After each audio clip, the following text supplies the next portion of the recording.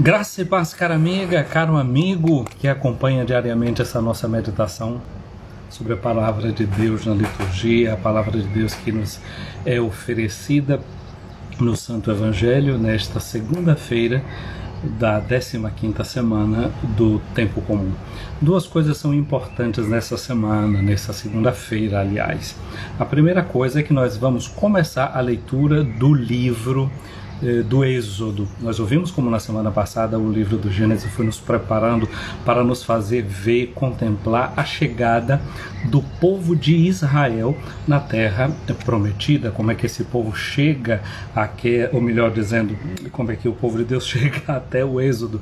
Depois sim é que vai acontecer esse movimento de sair do Êxodo e entrar na terra prometida. Você não está esquecido daquilo que acontece no livro do Gênesis, a partir do capítulo 12 do livro do Gênesis, quando começa a se narrar a história do povo de Deus, que começa com Abraão. Essa história que toca a você e que toca a minha, por isso que a gente canta, né, aquele cântico. Também sou teu povo, Senhor, e estou nesta estrada, somente a tua graça me basta e mais nada. Porque Abraão é aquele que é o nosso pai na fé. A Abraão, Deus fez uma promessa, Deus fez um chamado de deixar a sua terra, de deixar a casa do seu pai e ir para a terra onde ele apontasse. Esse povo que é descendente de Abraão, nós vimos como agora ele chegou até essa situação do Egito.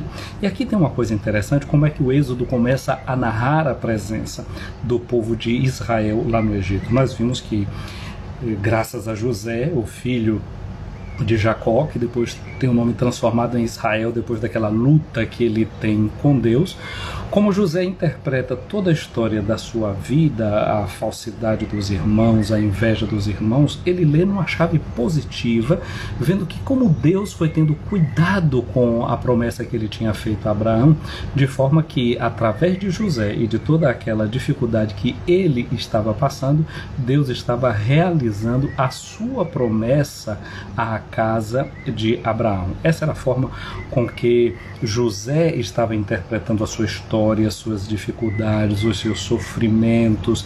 Ele não ficou se lamentando, mas ele foi sempre desenvolvendo um olhar de esperança. Esse povo, toda a sua família, entra ali agora no Egito e eles crescem, se multiplicam, tomam muitos lugares. Um grande posto que o povo já tinha assumido foi justamente aquele de ser o vice-rei do Egito na pessoa de José.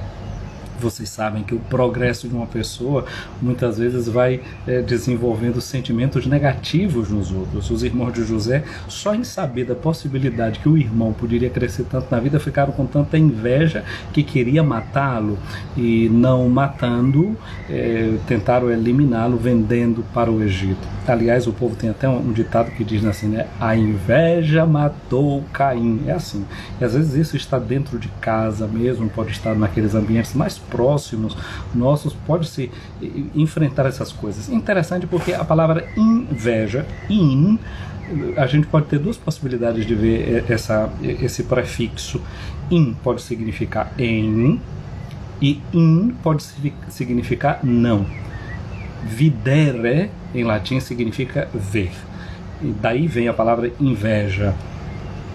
Não veja, ou veja em.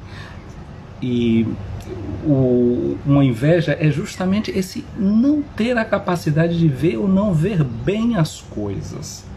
De não ver bem as coisas.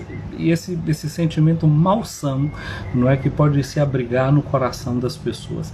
Normalmente a inveja, a gente deveria lê-la num outro tipo de chave. O que é que a inveja pode estar dizendo para você? A inveja pode estar dizendo para você que aquilo que você vê no outro é uma possibilidade que você também tem, é uma aspiração que também é sua. E na medida que você vê a sua aspiração no outro se manifestando, o que você deveria fazer é tomar o outro como inspiração, que o outro iluminasse você e você começasse a emular, a imitar o outro, a ver aquilo que o outro fez como uma possibilidade para que você também possa chegar. Então a sua inveja, em vez de neutralizar você, ela seria uma espécie de combustível para você chegar mais adiante, ir mais além, olhando em profundidade, não apenas para o outro, mas olhando em profundidade dentro de você, olhar muito bem para que você possa, não é, desenvolver todas aquelas habilidades e possibilidades que você tem. Mas aqui agora o que acontece é que subiu ao trono também, digamos assim, um rei que é invejoso. A leitura diz assim: surgiu um novo rei no Egito que não tinha conhecido José. Então ele diz para o povo: olhai como o povo dos filhos de Israel é mais numeroso, é mais forte do que nós. Vamos agir com prudência em relação a eles, para impedir que continue crescendo. Em caso de guerra, se unam aos nossos inimigos e combatam a nós para sair do país. Então, a primeira nota que é interessante a gente observar aqui é que é um rei que não conheceu José. Portanto, é alguém que chega ao poder real, mas não conhece a história, não conhece a vida. Olha como é um grande prejuízo não conhecer a história. Os antigos diziam: história magistra vitae, a escola é a mestra da vida. A gente deve sempre conhecer a história, buscar conhecer a história para tirar as melhores lições. É muito triste se a nossa geração não consegue preparar gerações futuras ensinando, fazendo conhecer a história. Eu acho que o momento que nós vivemos, de tantas dificuldades e de tantos acirramentos, é justamente falta de conhecimento da história. A ignorância da história faz a gente ver de forma enviesada, não vendo no outro aquilo que realmente ele representa, não vendo no outro aquilo que realmente ele pode ser.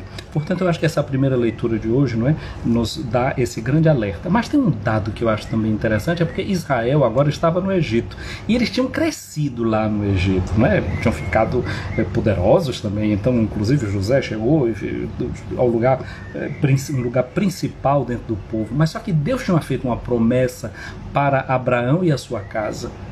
Às vezes a gente pode esquecer da promessa de Deus e achar também que os benesses da vida, o progresso que a gente está alcançando, é o máximo que a gente poderia ter chegado. E a gente pode se esquecer qual é a nossa verdadeira vocação.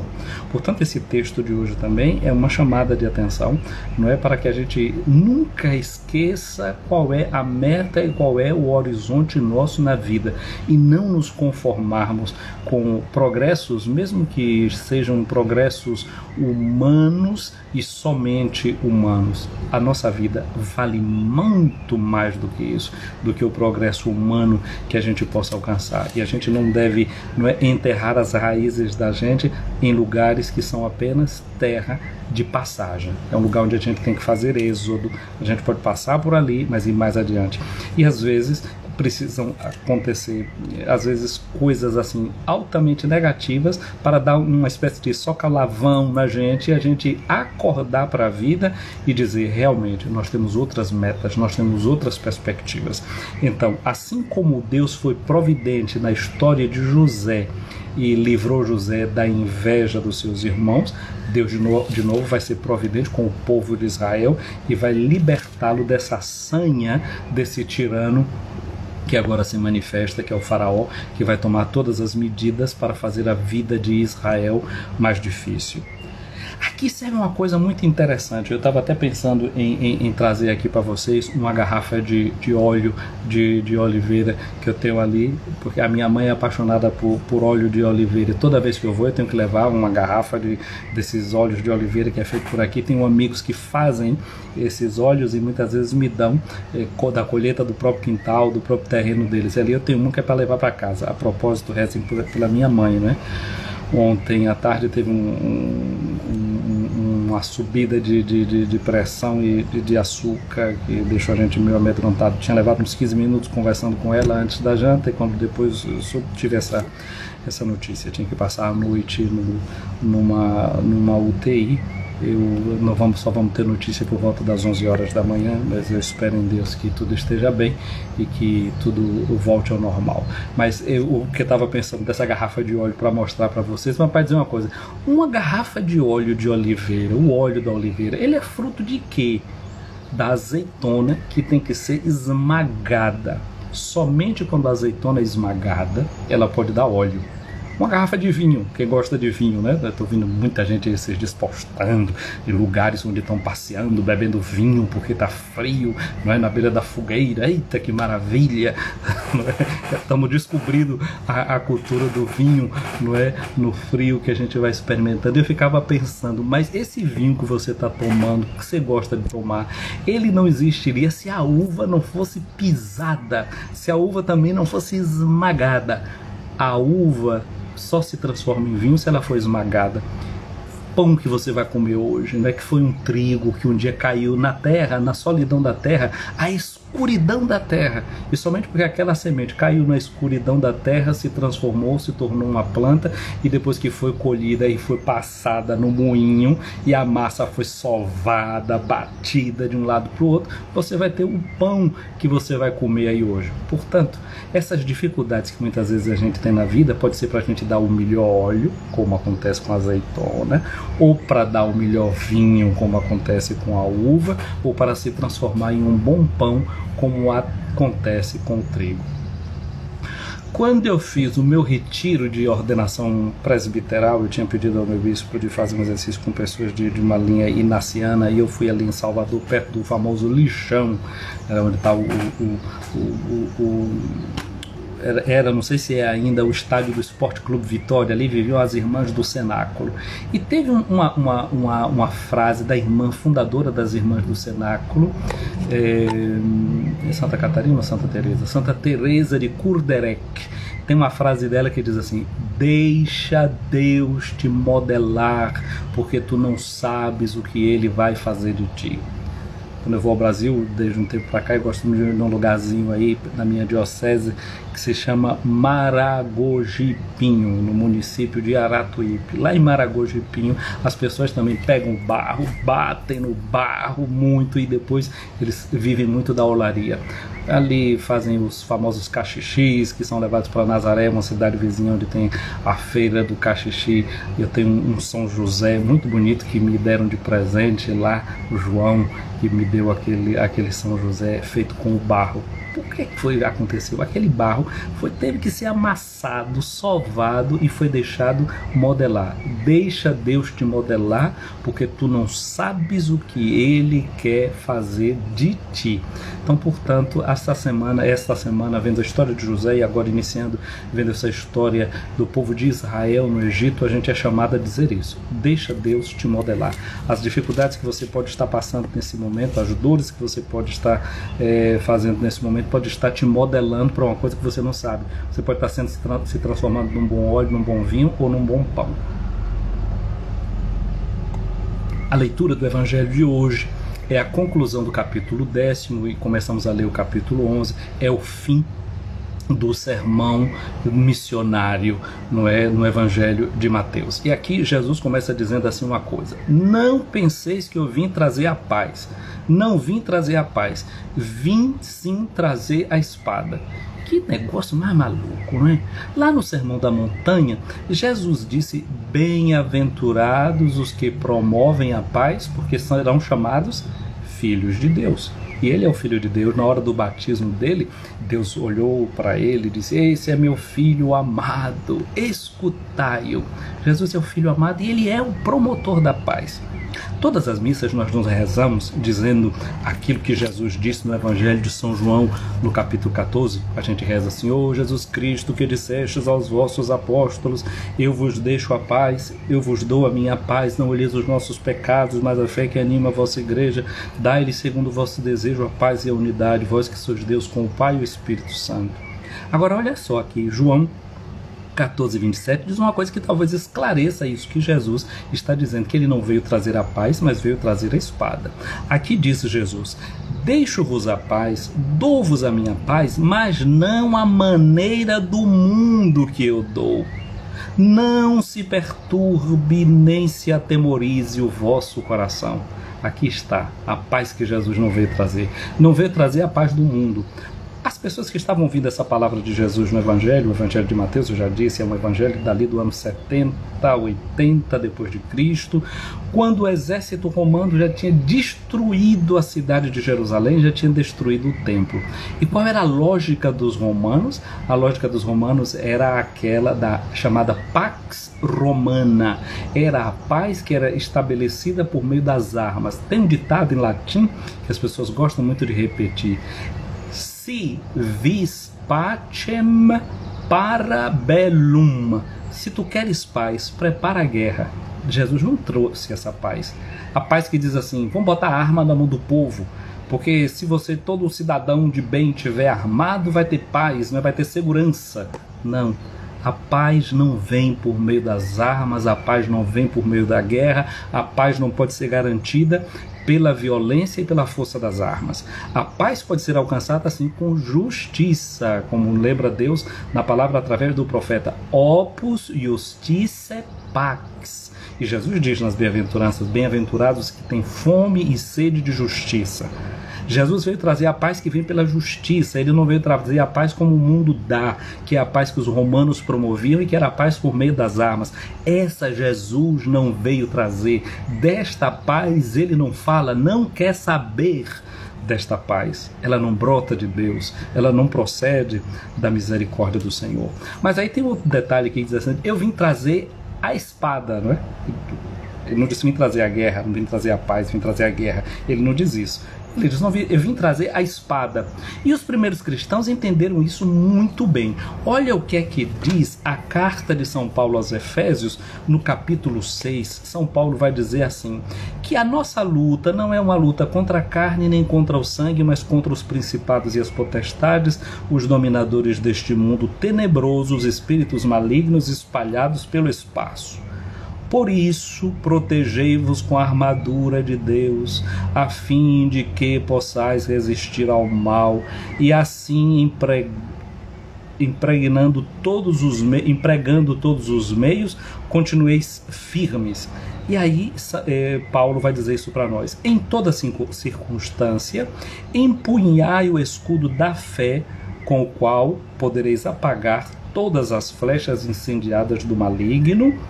E depois ele diz assim: enfim, ponde o capacete da salvação e empunhai a espada do Espírito, que é a palavra de Deus.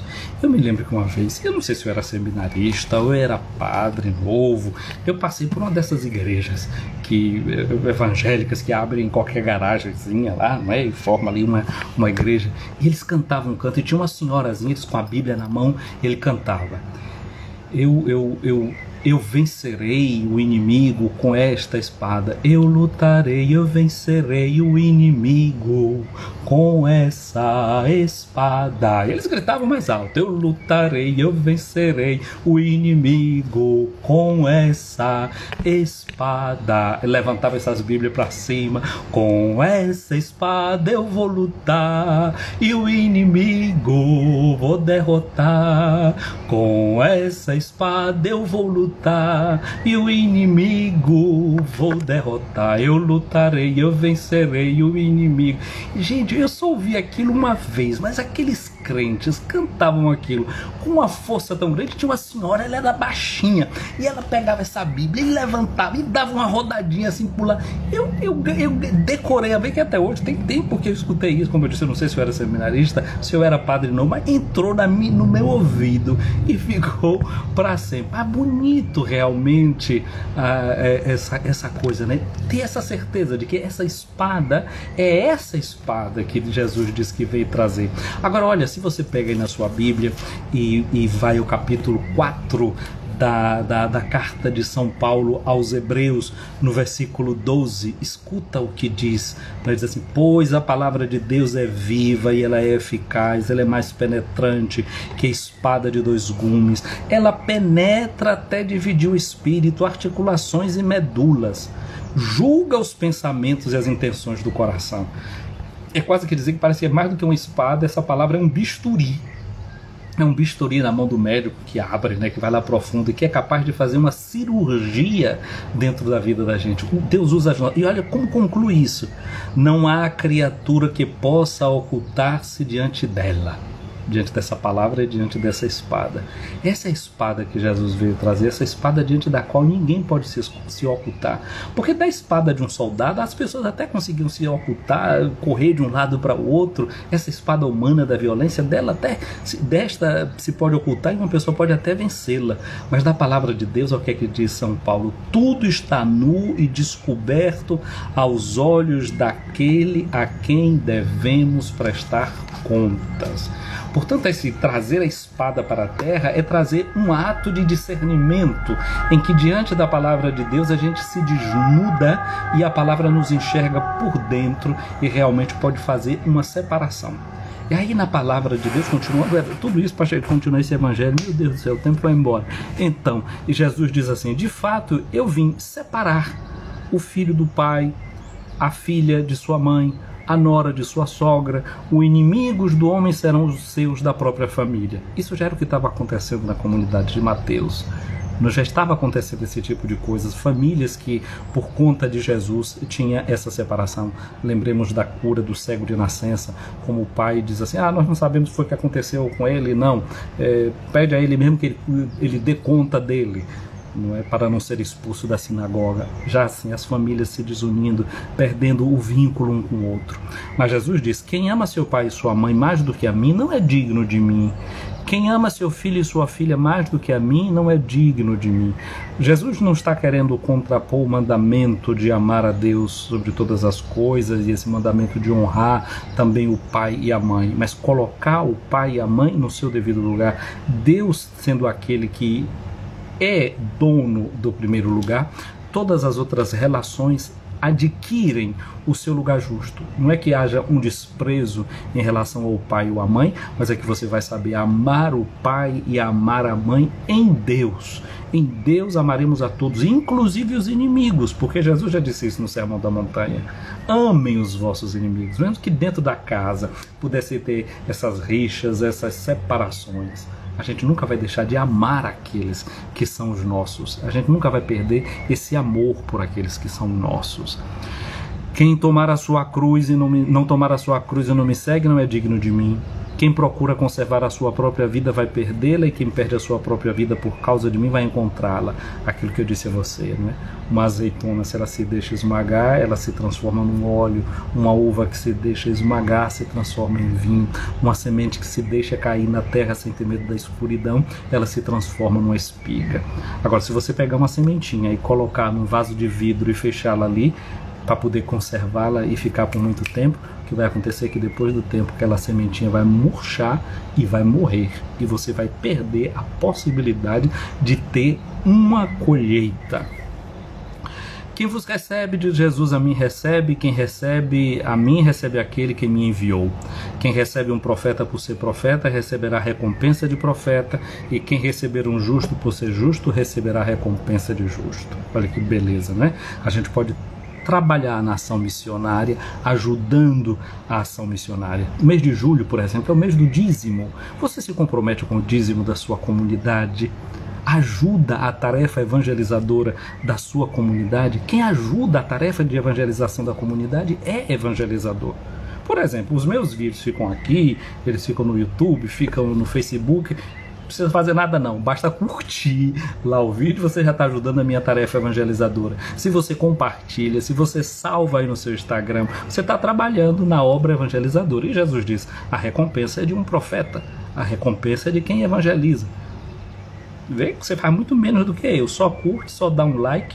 Eu precisei perder um pouquinho mais de tempo e ficar com o cabelo branco meio careca para estar dizendo essas coisas para você. Você só vai colocar aquele joinha ali nessas mídias nossas e ajuda, e pode ter aquela recompensa de quem evangeliza, porque de fato você está evangelizando através dos meios novos, promovendo a causa da evangelização. Depois diz Jesus ainda, quem dera ainda que seja um copo de água fresca a um desses pequeninos por ser meu discípulo, em verdade vos digo, não perderá a sua recompensa. o juízo final, nós vamos encontrar Jesus dizendo justamente isso: venham benditos do meu Pai, tomem posse do reino preparado a quem para ele foi preparado, porque você deu um copo de água para quem tem sede. Um copo de água para quem tem sede, a gente fala assim, parecendo que é pouca coisa, né? Mas para mim é que agora esse golinho de água valeu muito, porque eu já comecei a suar há muito tempo. Isso refaz as energias. Não é um copo de água para um ancião que não tem mais o gosto de beber água, você está cuidando dele. Lembra de dar o copo de água, porque ele precisa beber água, não é? Isso é muito importante. Um copo de água para alguém que está no deserto, como é importante. Chegar água potável na casa das pessoas simples, das pessoas pobres. Eu estou vendo aqui, não é, uma amiga minha muito querida aí de São Paulo, a Dalva, não é? Ela trabalha justamente com saneamento básico. Ela sabe muito bem a importância de lutar para que as pessoas tenham água potável e ter presença cristã no meio dessas instituições, porque a água é um bem precioso e não deve nunca ser tratado como uma mercadoria, e esse é um risco, já é assim. Não é? 1 litro de água custa mais do que um litro de gasolina. Se você veja que você está dentro do aeroporto, dentro de uma rodoviária, compra uma garrafinha de água, quanto é que você paga por ela? Às vezes, se você for ver a quantidade de água que você está pagando ali, você está pagando mais do que pagaria por um litro de gasolina. Olha, transformamos a água, esse dom precioso de Deus, em uma mercadoria. E é isso que nós fazemos com tudo aquilo que Deus colocou em nossas mãos. E aí diz-nos o Evangelho de Mateus, quando Jesus acabou de dar essas instruções aos discípulos, ele partiu dali a fim de ensinar e pregar de cidade em cidade para eles, nas cidades deles. Minha amiga, meu amigo, muito obrigado por ter acompanhado até aqui essa nossa meditação. Vamos pedir a bênção de Deus para você que nos acompanhou até aqui. Depois da bênção eu vou saudando as pessoas que acompanharam essa nossa transmissão. O Senhor esteja acima de ti para te proteger, o Senhor esteja à tua frente para te guiar, o Senhor esteja atrás de ti para te defender, ao teu lado para te acompanhar, dentro de ti para te abençoar. A bênção de Deus Todo-Poderoso, Pai, Filho e Espírito Santo, desça sobre ti, permaneça para sempre. Não se esqueça de deixar curtir aí o vídeo, de salvá-lo, de compartilhar também. Quero fazer chegar o meu abraço a Janaína Brito Ribeiro, né? A Virtan aqui acompanhando a nossa transmissão. Rosa Santos diz assim: eu quero que o Senhor dê uma bênção ao meu neto. Então que Deus abençoe o teu neto, né, completando mais um ano hoje, Rosa. Joyce França, um abraço para você, para a nossa querida irmã Eronildes, para Luzes Santos, para Cal Rezende, dizendo que voltou. Cal, fico contente aqui, esse espaço também é para fazer memória. Jorge Cone, um abraço para você, Jorge, um abraço aí para tua mãe, a Natália, e Anatólia, porque eu estou me lembrando da Anatólia e quero me confundir com a Natália. Um abraço, Anatólia, e tem a Natália, que é de Santo Antônio de Jesus. Padre Juarez, um abraço para você, para Antônia Fonseca, para Nira Santana, um abraço para Dalva, não é aqui que já mencionei aqui no início desse vídeo, para Jaci. Muito bem, se Deus quiser, eu espero sim essa pronta recuperação da minha mãe, sim. Para Silvia, Jesus é o oleiro e Maria é a burnideira. Interessante, Silvia, eu não conhecia essa palavra burnideira, depois foi indo a Maragogi Pinho que eu vi que tinha esse serviço que é chamado de burni, que justamente é o serviço que as mulheres fazem. Interessante, você está bem informada, viu, menina? Thaís Janaína, um abraço para você, para Odaleia, para Mateus, aí, para Eliane, Dayara Silva, um abraço para Everilda Menezes, para Geralda Lima, Joyce França, já falei, para Fernanda Mendes, Deus abençoe, para Terrânio Guerra, que é paz, certamente, para Bia Cláudia, Dinéia Flores, um abraço para quem mais, para Rosa Santos, eu já falei aqui, Jaci, de novo a sua saudação. Nira Santana, muito obrigado, Nira, eu agradeço pelas orações por minha mãe. Um abraço para Gil Roger, para Solange Reinhardt, Fabiana, um abraço, Deus te abençoe. Rose Santos, Lani Nascimento, Vani Brito, Leo Passos, Everilda Menezes, eu já disse, Padre Odinei Carneiro, para Mima, Costa. Então, um abraço para todos vocês acompanhando essa nossa transmissão. Quero desejar uma boa semana, né, nessa certeza de que Deus nos acompanha, Deus toma a nossa vida pela mão. Ponto oficial, um abraço para você aí também. Deus fique com todos e cada um de nós. Vou salvar o vídeo, você que não viu desde o início, não o perca, vai lá, volta e acompanha desde o início. Fiquem com Deus.